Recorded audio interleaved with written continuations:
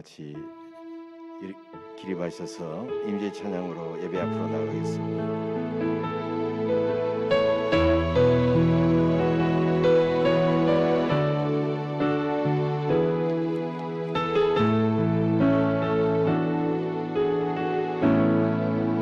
하늘의 문을 여소서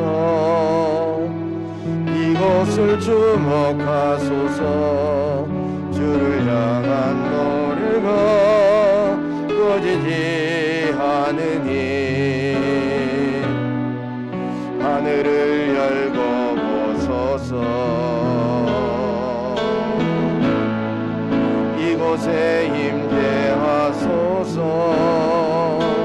주님을 기다립니다.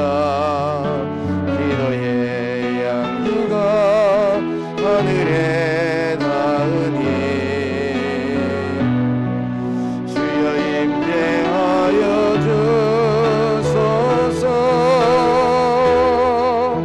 이곳에 오셔서 이곳에 앉으소서 이곳에서 드리는 예배를 받으소서 주님의 이름이 주님의 이름만이 오직 주의 이름만 이곳에 있습니다. 이곳에 오셔서 이곳에 앉으소서 이곳에서 드리는 예배를 받으소서 주님의 이름이 주님의 이름만이 오직 주의 이름만 이곳에 있습니다.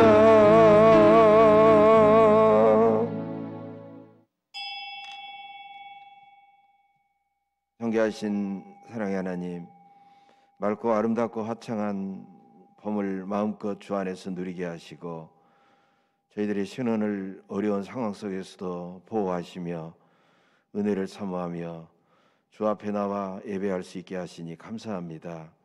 특별히 오늘은 계절의 여왕 5월 어린이 청소년 주일을 맞이해서 교회 교육주일에 주님 앞에 예배를 드립니다.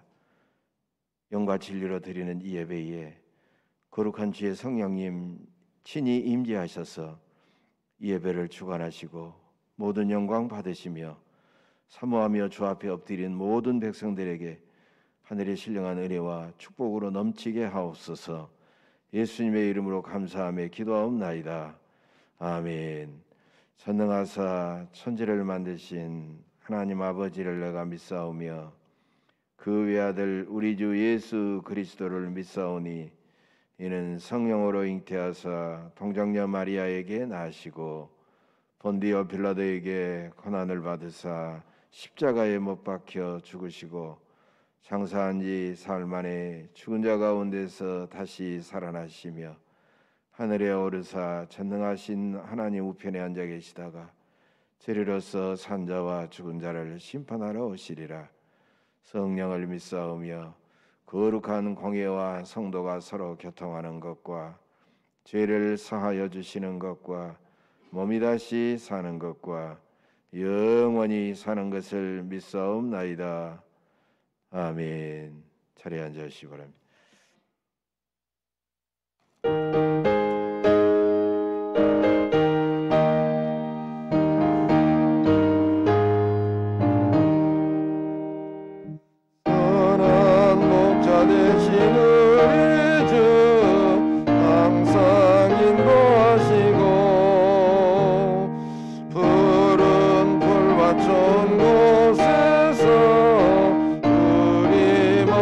주소서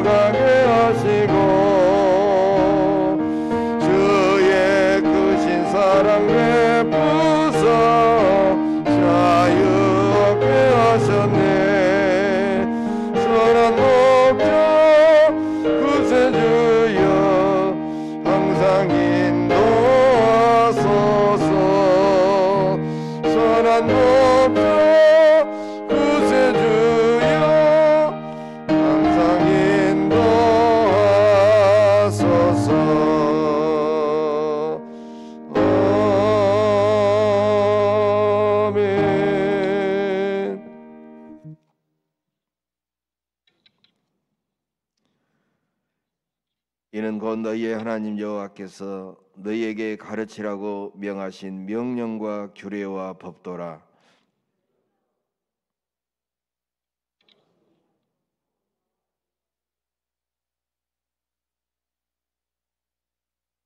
내가 너희에게 명한 그 모든 규례와 명령을 지키게 하기 위한 것이며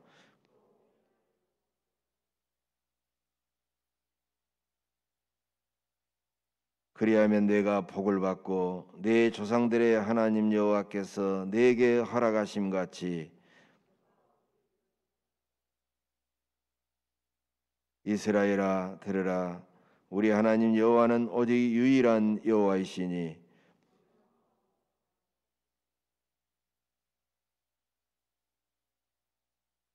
아멘. 각자 자신의 죄를 진실한 마음으로 고백하십시다.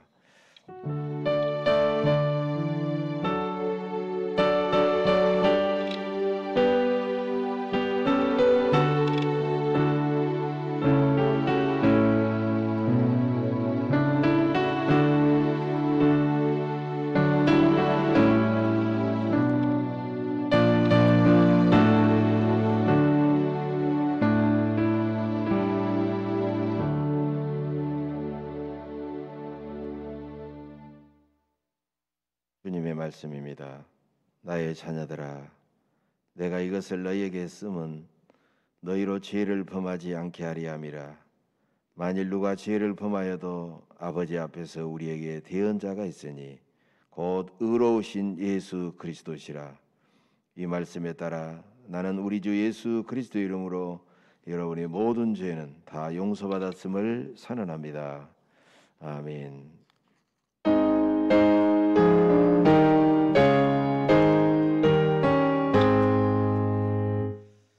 만복의 근원하나니 온 백성 찬송 드리고 저 천사여 찬송하세. 찬송 성부 성자 성령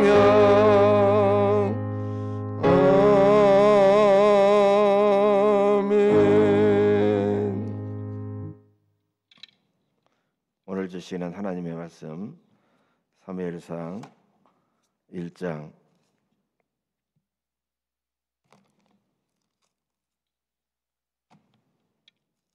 21절부터 28절, 그 다음에 2장 18절에서 21절 봉독합니다. 저와 여러분이 한 절씩 교독하겠습니다. 그 사람 엘가나와 그의 온 집이 여호와께 매년제와 서원제를 드리러 올라갈 때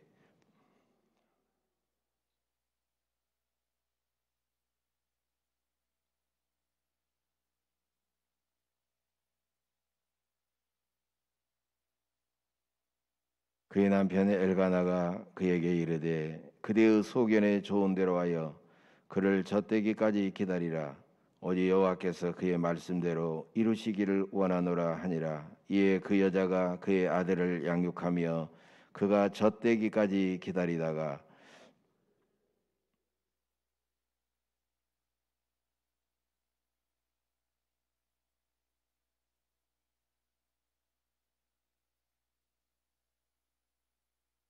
그들이 숫소를 잡고 아이를 데리고 엘리에게 가서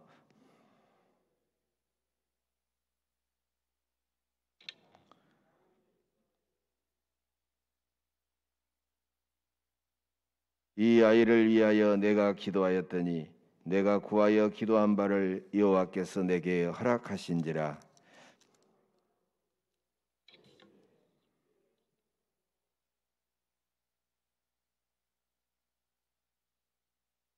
아멘. 2장 18절부터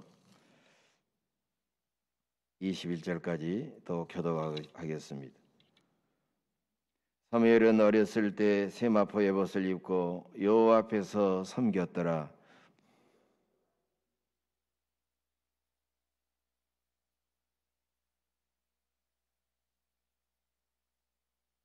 엘리가 엘가나와 그의 아내에게 축복하여 이르되 여호와께서 이 여인으로 말미암아 네게 다른 후사를 주사 이가 여호와께 간구하여 얻어 바친 아들을 대신하게 하시기를 원하노라 하였더니 그들이 자기 집으로 돌아가매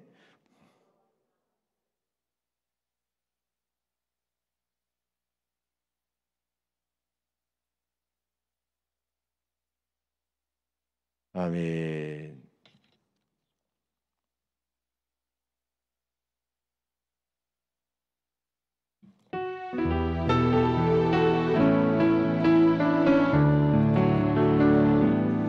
감사해요.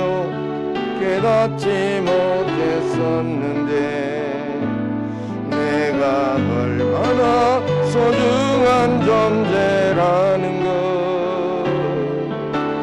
그때부터 지금까지 하나님의 사랑 항상 날 향하고 있었다는 것 좋아요.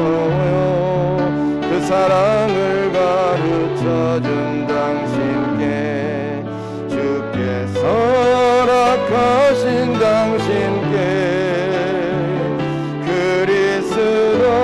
그리스도에서는 더더욱 섬기며 이제 나도 세상에 전하리라. 당신은 사랑받기 위해 그리고 그 사랑 전하기 위해 주께서 택하시고 이 땅에 심으셨네. 또 하나의 열매를 말하시며 나예요. 깨닫지 못했었는데 내가 얼마나 소중한 존재라는 것 태초부터 지금까지 하나님의 사랑 항상 날 향하고 있었다는 것 고마워요. 그 사랑을 가르쳐준 당신께 주께서 허락하신 당신께 그리스도의 사랑을 더더욱 섬기며 이제 나도 세상에 전하리라. 당신은 사랑받기 위해 그리고 그 사랑 전하기 위해 주께서 택하시고 이 땅에 심으셨네. 또 하나의 열매를 바라시며 또 하나의 열매를 바라시며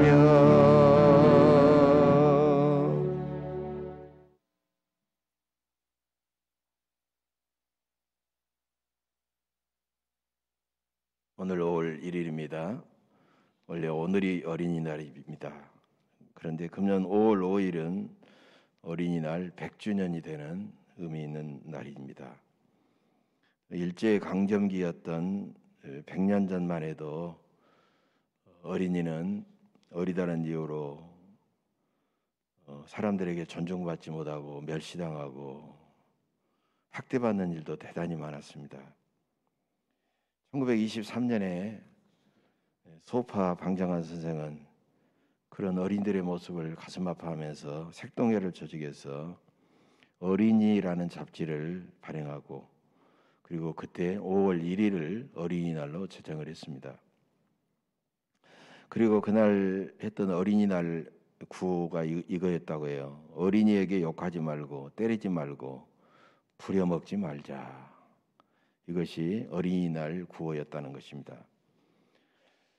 어린이는 우리 민족의 희망이었기 때문에 어린이를 챙기는 것은 일제가 마땅하게 생각했죠. 그래서 일제의 감시와 박해 속에 진행된 그 행사를 보면서 소파 방장한 선생은 자기의 호도 소파라고 했어요. 작은 파도. 우리의 어린이 사랑의 작은 파도가 온 세상의 물결을 덮을 것이다라고 그렇게 하면서 우리 민족의 장래를 어린이들에게 걸었던 것이죠. 어린이들을 얼마나 사랑했는가. 참 방정환 선생님의 그 어린이 사랑과 나라 사랑을 보면 가슴이 정말 점이 옵니다. 그래서 5월 1일이었던 어린이날은 더 많은 사람들이 참석할 수 있도록 5월 첫째 주일로 바뀌게 되었고요. 그러다가 8.15 해방이 된 다음에는 5월 5일로 이제 어린이날이 바뀌게 되었던 것이죠. 부모와 기성세대가 이 땅에 우리 어린이들, 청소년들, 다음 세대를 어떻게 대하느냐의 그 태도가 그 국가의 운명을 결정지어 버린다는 것입니다. 고대 그리스에 폴리스라는 도시국가가 있었죠. 그 도시국가의 중에 아테네는 우리가 오늘날 말하면 그리스 수도 아덴이죠. 아테네라는 그 바로 옆에 스파르타라는 다른 국가가 있었습니다. 우리가 스파르타면 대충 알잖아요. 아주 강력하게 훈련시켜가지고 강한 사람을 만들어내는 게 스파르타입니다. 그래서 스파르타에서는 어린이는 국가의 소유물이어서 아기를 낳으면 그 아기의 건강 상태를 국가에서 검사해가지고 건강한 아이만 키우고 연약한 아이는 산채로 맹수의 먹이로 던져졌다는 것입니다. 그럴 수가 있을까 그랬으나 그것은 스파르타의 국가 정책이었어요. 또 어린이를 용맹한 군사로 만들기 위해서 7살만 되면 사나운 맹수와 싸우게 하는 등 혹독한 훈련을 그 아이들에게 시켰던 것입니다. 아주 유명한 싸움의 용사, 싸움꾼을 만들기 위해서 그렇게 했던 것이죠. 그러나 여러분, 스파르타는 어땠습니까? 스파르타는 결국 멸망했고 요즘에는 역사책에나 등장하고 있습니다. 이런 스파르타와 대단히 대조적인 국가가 바로 이스라엘입니다. 이스라엘은 인구가 여전히 적고 그 다음에 그들이 처한 지역적인 여건과 환경도 대단히 열악했어요. 그러나 이스라엘은 사라질 듯 하지만 사라지지 않았고 끈질기게 살아남아서 인류를 위해서 위대한 공헌을 하면서 세계 인류를 깜짝 놀라게 하고 있습니다. 지금까지 노벨 여러 가지 상을 45%를 유대인들이 받고 있어요. 그리고 미국의 모든 경제, 금융, 정치 모든 분야를 유대인들이 다 장악하고 있습니다. 놀라운 일입니다. 성경학자 윌리엄 바클레이는 고대 세계 속의 교육 이념이라는 자신의 책에서 이스라엘 백성의 탁월한 지혜와 능력은 어디서 오는가? 오직 살아계신 창조주 여호와 하나님만 믿는 부모의 신앙 교육에서 저들의 지혜와 능력이 나온다라고 그렇게 이야기합니다. 강대국들의 지속적인 침략을 받아가지고 때로는 성전이 완전히 파괴되고 학교도 사라지고 그런 어려움에 처했지만 부모의 그런 절대적인 신앙 교육 때문에 그들은 지금까지 끈질기게 살아남았다는 것입니다. 앞에서 말씀드린 스파르타는 어린이들을 국가의 소유물로 보았지만은 이스라엘에서는 어린이를 하나님께서 인간을 사랑하셔서 주신 거룩한 존귀한 선물로 그렇게 보았던 것입니다. 요즘은 세상이 하도 빠르고 복잡하게 변하기 때문에 쌍둥이도 세대 차이가 있다라는 말이 나올 정도로 아이들의 생각과 가치관도 너무너무 빠르게 변하기 때문에 부모는 자기 입장에서 아이를 판단할 수가 없어요. 아이들을 깊이 우리는 통제할 수 없기 때문에 그들을 일단 있는 모습 그대로 그들은 이해하고 그 아이들을 긍휼히 여기되 그리고 어릴 때부터 아이의 눈높이에서 끊임없이 어린이들과 대화를 주고받아야 된다는 거예요. 부모는 부모의 권위로 아이를 대할 것이 아니라 그들의 눈높이에서 친구처럼 아이를 따뜻하고 친근하게 대해야 된다는 것입니다. 오늘 본문에 아이를 낳지 못했던 한나라는 여인이 나오고 있습니다. 우리가 너무나도 잘 알죠. 한나의 남편 엘가나는 극진한 애처가 있습니다. 자녀가 없어서 둘째 부인 브니냐에게 업신여김을 당하고 고통을 당하는 한나에게, 한나여 어찌하여 울며 어찌하여 그대의 마음이 슬프뇨? 내가 그대에게 10 아들보다 낫지 아니하냐, 이렇게 위로했지만 아이를 낳아야 되는데 낳지 못하는 한나에게는 그것이 별로 위로가 되지를 못했던 것입니다. 그래서 한나는 여호와 하나님만이 인간의 생사화복을 홀로 주관하신다는 믿음을 붙들고 하나님 앞에 생사결판하는 자세로 간절하게 기도합니다. 만군의 여호와여, 만일 주의 여종의 고통을 돌보시고 나를 기억하사 아들을 주시면 평생에 그를 여호와께 드리고 삭도를 머리에 대지 아니하겠나이다. 바로 이것은 위대한 나실인의 서원인 것입니다. 마침내 하나님은 한나의 간절한 눈물의 기도를 들으셔서 한나는 아들을 잉태하여 낳고 그 이름을 내가 여호와께 간구하였다라는 뜻으로 사무엘이라고 이름을 지었습니다. 사무엘이 태어난 사사시대는 영적으로 대단히 어두운 시대였습니다. 성경에서는 그 당시 사사시대를 이렇게 표현하죠. 그때는 이스라엘에 왕이 없으므로 사람들이 각기 자기의 소견에 옳은 대로 행하였더라. 하나님의 율법에 따라 살지 않고 그들은 자기가 판단해서 자기의 소견에 옳은 대로 마구 행동했기 때문에 살벌한 밀림과 같은 정글과 같은 삶을 그들은 살았던 것이에요. 일반 백성들도 그렇게 살았을 뿐만 아니라 심지어는 제사장들마저도 자기 소견에 옳은 대로 행동하기 때문에 너무너무 세상은 어려운 상황이었어요. 그 당시 실로 성소에 엘리 제사장의 두 아들 홈니와 비느하스는 하나님께 드릴 제물을 하나님께 드리기 전에 자기들이 고기 세갈고리로 넣어가지고 건져서 마음대로 먹고 성소에서 수종드는 여인들과 함부로 동침하기까지 했던 것입니다. 실로 성소는 마치 강도의 소굴과 같았던 곳이었어요. 하나님께 제사드리고 주의 말씀에 모범을 이뤄야 될 제사들이 강도의 소굴과 같은 곳으로 만들었던 것이에요. 18세기 스위스의 빈민교육의 아버지 페스탈로치가 놀이터에 놀고 있는 아이들을 바라보면서 땅에서 아이들이 다칠까 봐 날카로운 유리 조각을 주었다는 일화는 유명한 일화가 있죠. 페스탈로치는 아이들을 온전한 인격체로 바라보았고 그들이 하나님께서 주신 천부의 재능과 능력이 있음을 알고 그 능력을 최대한 발휘하도록 끊임없이 사랑으로 동기부여하고 그들을 가르쳤던 것입니다. 그러나 우리가 사는 주변 환경은 유리조각처럼 날카롭게 아이들의 영혼을 찌르고 있어요. 그리고 그 아이들의 영혼이 죄악으로 물들어서 그 아이들이 타락해가고 있다는 것입니다. 교육 전문가에 따르면 우리 아이들은 대학을 졸업할 때까지 20-30살까지 텔레비전과 언론 매체에서 수많은 강도 사건, 사기 사건, 강간 사건, 폭력 사건, 살인 사건 등등 해로운 광고를 평균 35만 건 이상을 보고 있다는 것입니다. 부모와 기성세대는 강도의 소굴 같은 유해 환경에 각종 범죄에 점점 물드는 우리 아이들을 어찌 학교의 공교육으로 감당할 수가 있겠느냐는 거예요. 이미 학교에 심각한 학교 폭력에 의해서 많은 어린이들이 희생되고 있잖아요.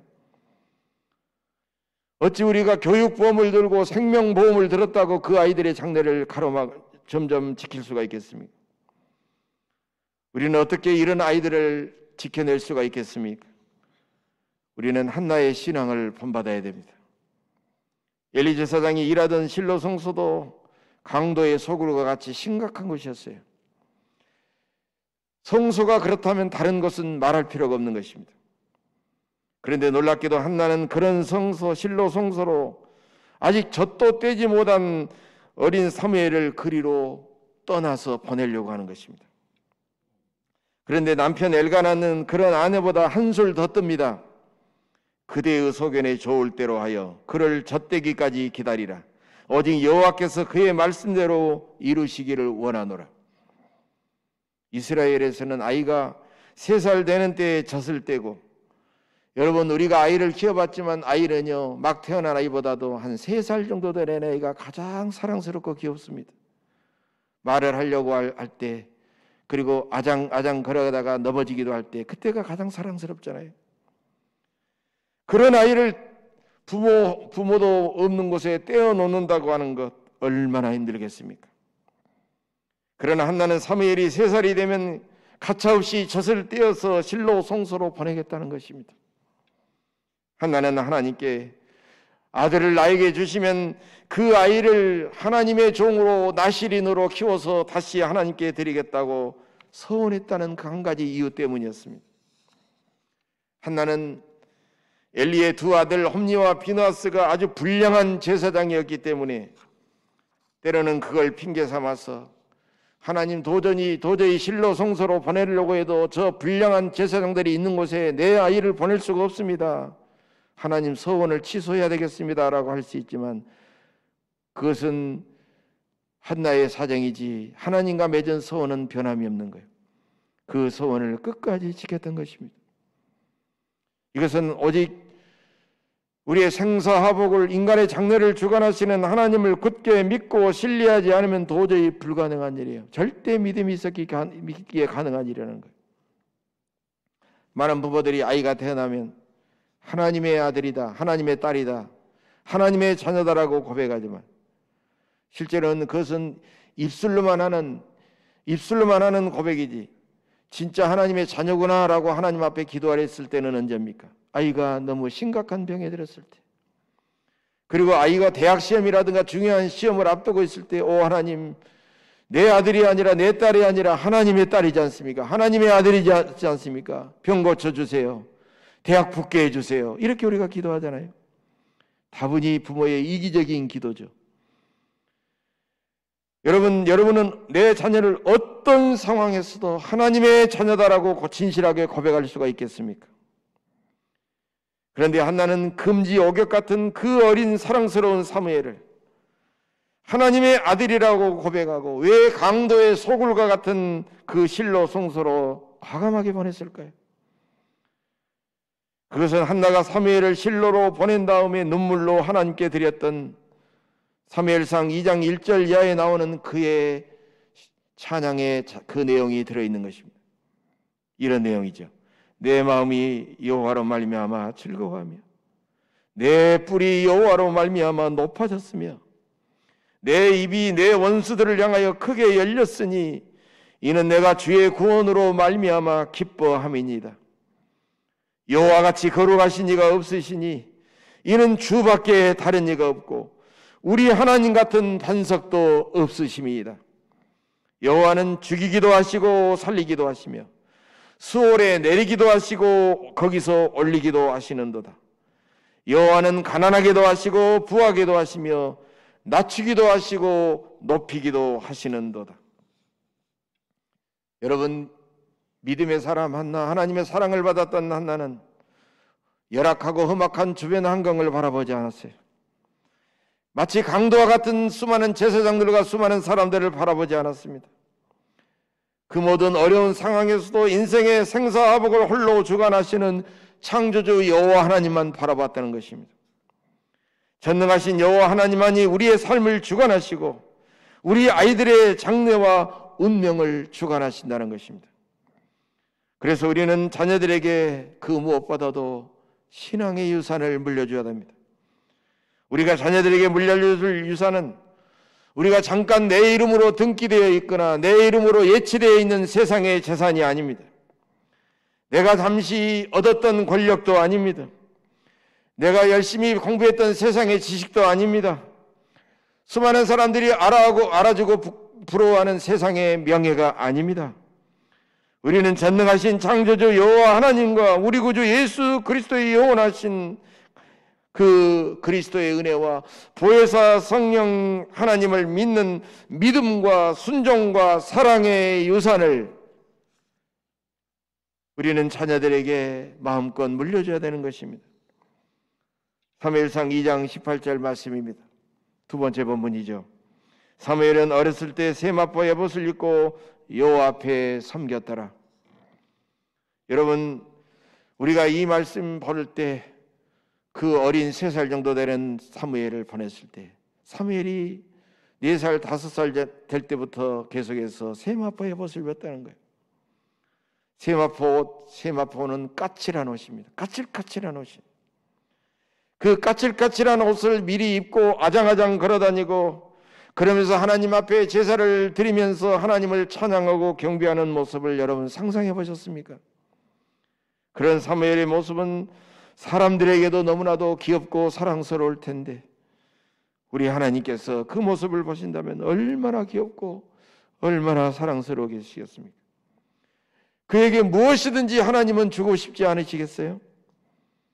세마포 에봇은 제사장만 입는 대단히 까칠까칠한 그런 옷입니다. 그런 세마포 옷을 입고 실로 성소에 애롭게 있는 그런 어린 사무엘을 생각하면 한나의 마음은 너무나도 보고 싶고 너무나도 짠하고 너무나도 아파서 눈물을 흘렸을 것입니다. 한나도 부드러운 그런 명주 옷을 입히고 싶었겠지만 그는 세마포 에봇을 벗기지 않았습니다. 또한 매년 제사를 드리러 실로 성소에 한 번씩 올라갈 때마다 어린 아들을 생각하면서 작은 겉옷을 지어다가 어린 사무엘에게 입혔던 것입니다. 세마포 에봇을 입은 사무엘은 하나님과 사람들에게 더욱더 은총을 받은 사람으로 자라났습니다. 이것이 자녀를 향한 부모의 사명입니다. 부모는 자녀를 세상의 가치관으로 옷 입히지 않고 믿음의 옷을 입혀야 합니다. 자녀들이 힘들겠지만 믿음의 세마포 옷을 입히고 기도하면서 정성껏 지은 따뜻한 사랑의 겉옷도 그에게 입혀줘야 합니다. 그래서 성장한 사무엘은 세상의 가치관으로는 마치 3등 인생 같았지만 하나님이 보기에는 1등 인생이었다는 것이, 사무엘은 이스라엘의 마지막 제사장이요 사사로서 백성들을 인도했지만 점점 나이가 들자 백성들은 사무엘에게 우리에게도 왕을 세워달라고 그렇게 끈질기게 요구를 했습니다. 너희의 진정한 왕은 여호와 하나님인데 어찌 인간을 왕으로 세워달라냐고 설득했어도 그들은 듣지 않았어요. 그렇다면 내가 왕이 되겠다 할 수도 있는데도 사무엘은 자기의 분수와 사명을 알았습니다. 권력에 대한 욕심을 그는 가차없이 버렸습니다. 그래서 사무엘상 사무엘하는 사무엘의 이름으로 지어진 책이지만 사무엘의 이야기가 아닙니다. 바로 사울왕의 이야기요 다윗왕의 이야기였던 것입니다. 사무엘은 교만한 자기 욕심으로 교만한 주연이 된 것이 아니라 사울과 다윗이 진정한 하나님의 왕으로서 수행할 수 있는 겸손한 조연 인생을 살았던 사람입니다. 그렇다면 사무엘은 자기가 살아온 지난 날의 삶을 후회했을까요? 조금도 후회하지 않고 너무나도 당당하고 떳떳했습니다. 사무엘은 왕을 세우기 전에 백성들에게 이제 자기가 사사로 제사장으로 물러나기 전에 마지막 고별 설교를 합니다. 나는 너희를 위하여 기도하기를 쉬는 죄를 여호와 앞에 결단코 범하지 아니하고 선하고 의로운 길을 너희에게 가르칠 것인즉 너희는 여호와께서 너희를 위하여 행하신 그 큰 일을 생각하여 오직 그를 경외하며 너희의 마음을 다하여 진실이 섬기라. 만일 너희가 여전히 악을 행하면 너희와 너희 왕이 다 멸망하리라. 이것은 사무엘이 사사직분에서 은퇴하는 마지막 고별 설교입니다. 우리나라 대통령들과 유명 정치인들과 재벌들의 말년을 보면 그렇게 행복했던 사람들이 별로 없습니다. 대부분 다 불행합니다. 그러나 사무엘은 말년에 자기의 믿음과 자기의 분수를 지키고 철저하게 욕심을 내버리고 옳은 길을 걸으면서 백성들을 위해서 그는 끊임없이 기도하면서 자기의 사명의 일을 끝까지 걸어간 사람이에요. 사무엘상 12장 23절에 보면 나는 너희를 위하여 기도하기를 쉬는 죄를 여호와께 결단코 범죄하지 아니하고 선하고 의로운 길을 너희에게 가르치리라. 여러분 얼마나 당당하고 얼마나 멋있는 그런 인생입니까? 그래서 사무엘상 25장 1절을 보면 사무엘이 죽자 온 이스라엘 백성들이 울면서 슬퍼할 정도로 사무엘은 온 백성들에게 사랑과 존경을 한 몸에 받았던 사람입니다. 사람이 가장 행복하고 존귀해질 때는 언제일까요? 자기 목숨을 바쳐도 아깝지 않은 인생의 목적과 진정한 사명을 깨달을 때 가장 행복하고 가장 존귀해지는 것입니다. 자기 자신에게만 집착하고 어떻게 하든지 남은 끌어내리고 자기 혼자만 살겠다고 발버둥 치는 사람은 가장 초라하고 천박해지는 사람입니다. 내 인생이 위대해지고 내 자녀들이 잘 자라서 수많은 사람들에게 사랑과 존경을 받기를 원하신다면 자기 목숨을 바쳐도 아깝지 않은 목적과 사명을 깨닫고 헌신해야 된다는 것입니다. 하나님은 그것을 가장 기뻐하시고 그 일을 통해서 가장 큰 영광을 받으십니다. 1956년 1월 미국의 명문 휘튼 대학을 졸업했던 짐 엘리엇을 비롯한 5명의 20대 초반의 선교사들이 남미의 아마존 정글에 사는 남북한 아우카 원주민 부족들에게 복음을 전하러 갔다가 그들의 창과 칼에 비참하게 살해를 당했습니다. 전 세계가 큰 충격을 받았습니다. 그런데 놀랍게도 불과 1년 후에 짐 엘리엇 선교사의 아내였던 엘리자베스 엘리엇이 자기 아들과 함께 아우카 부족 마을을 찾아가게 됩니다. 아우카 부족은 여자들은 죽이지 않는다는 것을 알았기 때문에 그는 당당하게 들어가죠. 엘리자베스 엘리엇은 처절한 슬픔과 외로움과 고통의 현실보다도 오직 자기와 함께 하시는 하나님만 믿고 오직 하나님만 바라보고 하나님께만 집중하기로 결심합니다. 이분이 그렇게 살겠다는 근거는 예수 그리스도의 십자가였습니다. 세상이 미워했던 인류 역사상 최악의 십자가 사건이 역사상 가장 아름답고 거룩한 사건이었습니다. 예수 그리스도의 십자가는 우리를 구원했기 때문입니다. 하나님은 독생자 예수님을 십자가에서 죽이시면서까지 당신의 사랑을 우리에게 증명해 보신 것입니다. 이분은 그 십자가 사랑으로 아우카 부족들을 겸손히 섬기고 희생하면서 복음을 전한 결과 아우카 부족 전체가 예수 그리스도를 믿고 구원받는 기적 같은 사건이 일어났고 자기 남편을 가장 먼저 창으로 찔렀던 사람이 최초로 그 부족의 목사가 되었습니다.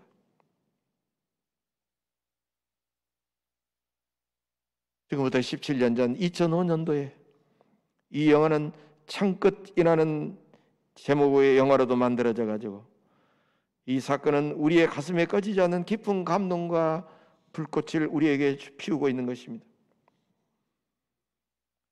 짐 엘리엇 선교사가 대학 생활을 하면서 일기를 썼는데 이 일기의 대목을 저는 늘 기억하고 있습니다.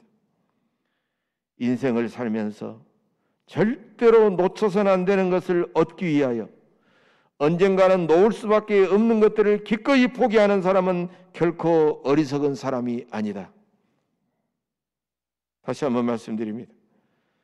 인생을 살면서 절대로 놓쳐서는 안 되는 것을 얻기 위해서 언젠가는 놓을 수밖에 없는 세상의 것들을 포기하는 사람은 결코 어리석은 사람이 아니다.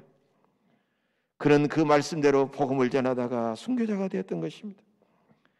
인생의 참된 목적과 사명을 발견한 사람은 행복하고 참으로 아름답게 살아갈 수 있습니다. 요즘 아이들이 왜 실망하고 왜 교회를 떠날까요? 그들은 인생의 진정한 가치와 목적과 사명을 전혀 모르기 때문입니다. 우리 아이들이 예수님을 인격적으로 만나고 인생의 진정한 목적과 사명을 발견한다면 그 아이들은 공부하는 눈빛이 변하고 자신의 인생을 살아가는 자세가 전혀 달라질 것입니다. 그렇게 되기 위하여 부모 되신 여러분부터 하나님을 더욱 경외하시고 이웃을 사랑하시고 복음을 전하는 사명과 인생의 목적에 더 집중하시기를 바랍니다. 신앙교육의 핵심은 오직 하나님만 경외하는 것입니다. 자녀들이 하나님만 경외하는 부모님의 모습을 보아야 합니다. 예배 중심의 삶에 더욱 집중하시고 자녀들에게 신앙생활의 모범이 되어야 됩니다. 자녀들을 위해서 끊임없이 하나님 앞에 이름을 불러가며 중보기도 하시고 자녀들과 함께 두 손 맞잡고 기도해야 됩니다. 하나님의 말씀을 사랑하시고 말씀을 가르치시고 말씀을 내 생명처럼 여겨야 합니다. 어릴 때부터 교회 출석을 잘하도록 가르쳐야 됩니다. 자녀들과 함께 가정 예배를 드리고 그 예배 끝나고 함께 아름다운 사랑의 대화를 나눠야 됩니다. 자녀의 작은 손으로 감사 예물과 온전한 11조 예물을 드리고 그들의 손으로 가난한 이웃들을 찾아가서 직접 구제하도록 해야 합니다. 어린이 주일을 맞이하여 신앙교육에 더 많은 관심을 기울이시기를 바랍니다. 자녀들이 내 곁에서 살아서 숨쉬고 있다는 사실만으로 하나님 앞에 감사하시기를 바랍니다. 어린이를 품에 안고 축복해 주시던 예수님처럼 항상 우리는 자녀들에게 축복의 제사장들입니다. 부모된 우리는 축복의 제사장들로서 항상 자녀들의 머리에 손을 얹고 축복해 주시기를 바랍니다. 여러분의 자녀들의 가장 큰 소원은 무엇일까요? 누구보다도 자기 부모님을 가장 존경하고 싶다는 것입니다. 여러분이 진실한 그리스도인이 되셔서 먼저 자녀들로부터 존경받으시기를 바랍니다. 또 오늘 하루만이라도 자녀들을 주님의 사랑과 말씀으로 양육하는 교회학교 교사들을 생각하며 진심으로 그들에게 감사하시기를 바랍니다. 자녀들을 하나님만 경외하고 이웃들을 잘 사랑하고 부모님을 존경하도록 먼저 본을 보이시고 가르치시고 양육하시기를 바랍니다. 주님의 특별한 은혜가 여러분의 가정과 여러분의 자녀들이 더욱 충만하시기를 주의 이름으로 간절히 축복합니다. 기도하겠습니다. 우리 가정의 주인이시고 우리의 자녀들을 사랑하시는 아버지 하나님, 우리 자녀들을 생각하며 신앙교육의 중요성을 다시 한번 깨우쳐 주시니 감사드립니다. 부모된 우리의 무관심과 욕심을 용서하옵소서. 오늘 한나의 절대적 믿음을 보면서 우리의 신앙이 더 성숙하고 자녀들에게 먼저 본이 되게 하옵소서. 우리 자녀들이 하나님을 경외하며 이웃을 위해 헌신하게 하옵소서. 우리 교회 교회학교 교사들에게 특별한 사랑을 베풀어 주시고 모든 성도들이 교사들의 헌신에 감사하고 기꺼이 기도하며 후원하게 하옵소서. 감사드리며 예수님의 이름으로 간절히 기도하옵나이다. 아멘.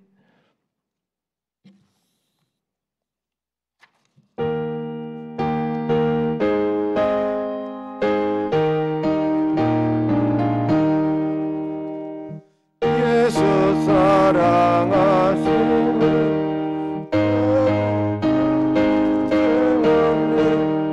우리들은 약하나 예수 권세 많도다.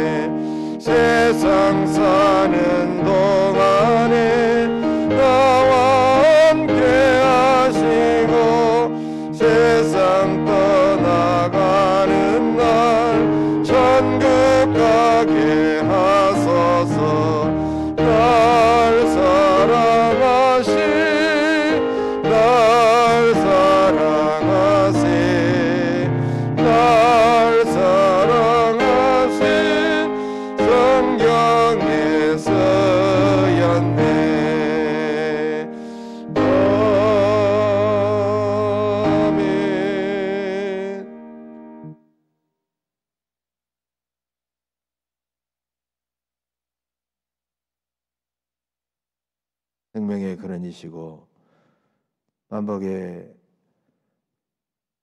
원천이 되시는 거룩하신 하나님, 오늘 또 어린이 주일 주님 앞에 나와서 예배하며 말씀을 통하여 깨닫게 하시고 은혜 받게 하시니 감사합니다.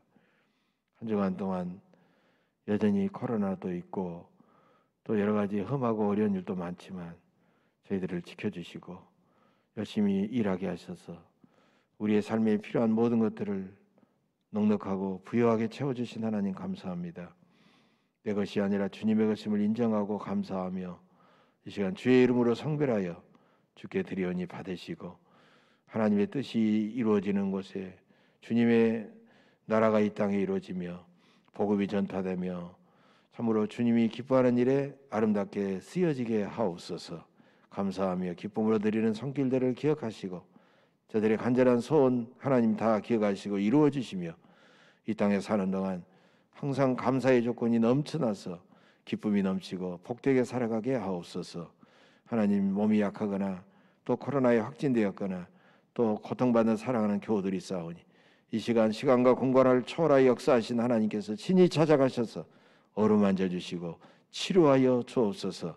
그래서 더 강건해지게 하시고 힘차게 하나님께서 주신 사명 잘 감당하게 하옵소서. 예수님의 이름으로 축복하며 간절히 기도하옵나이다. 아멘.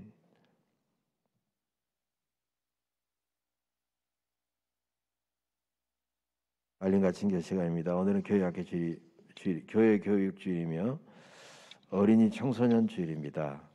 다음 세대 신앙교육과 훈련을 위해서 기도하며 노력해 주시기 바랍니다. 5월 안내위원 손성환 장로님, 정만성 권사님, 정광석 권사님, 서말성 권사님이십니다. 우리 교회 장로 권사 임직식이 5월 15일 다음 주일입니다. 오후 2시에 드리게 되고요.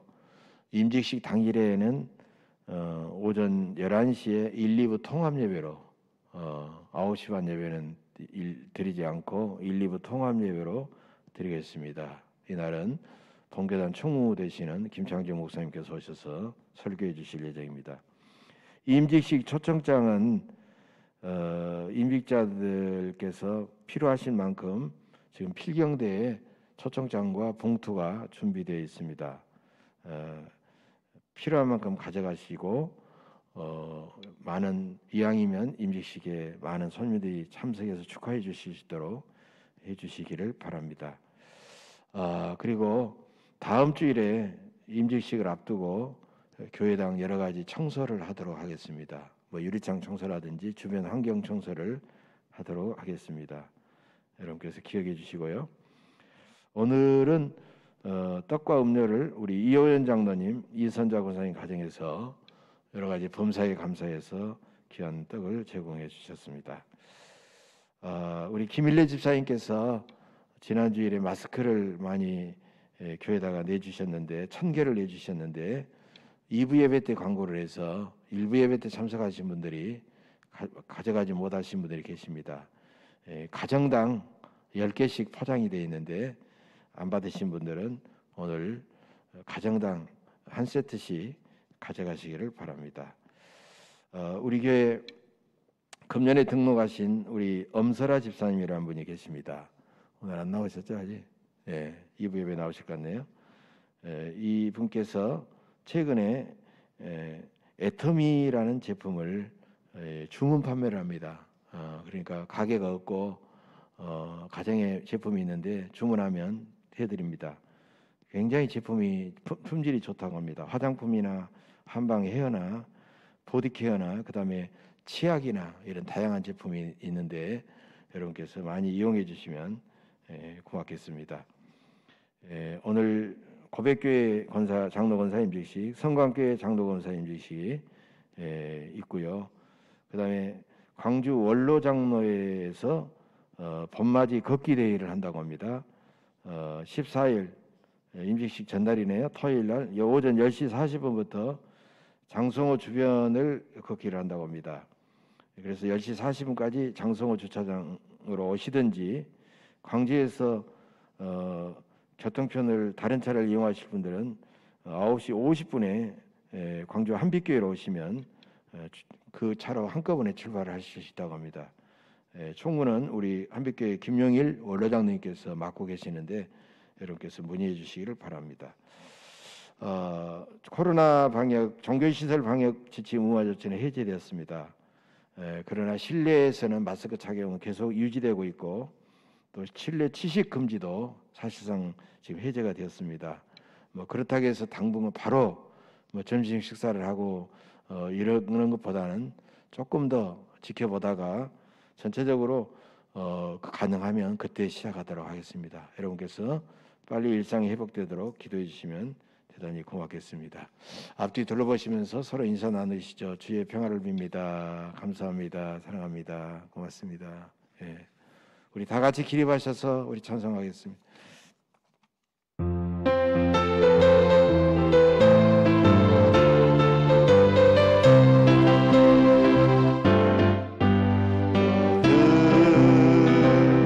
담장 너머로 뻗은 나무 가지에 푸른 열매처럼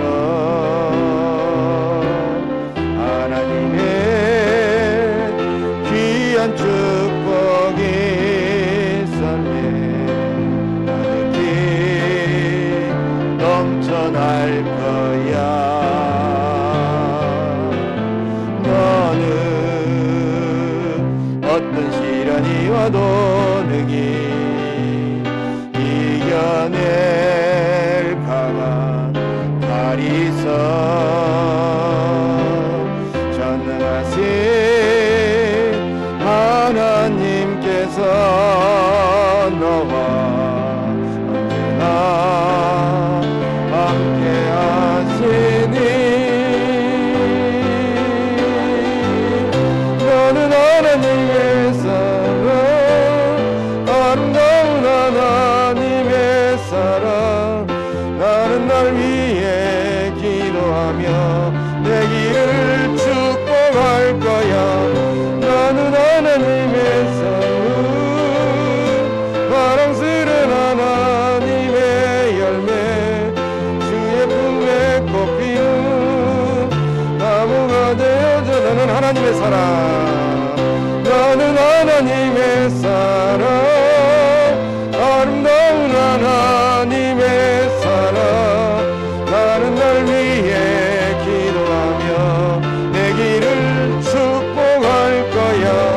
너는 하나님의 선물, 사랑스런 하나님의 열매, 주의 품에 꽃 피운 나무가 되어줘.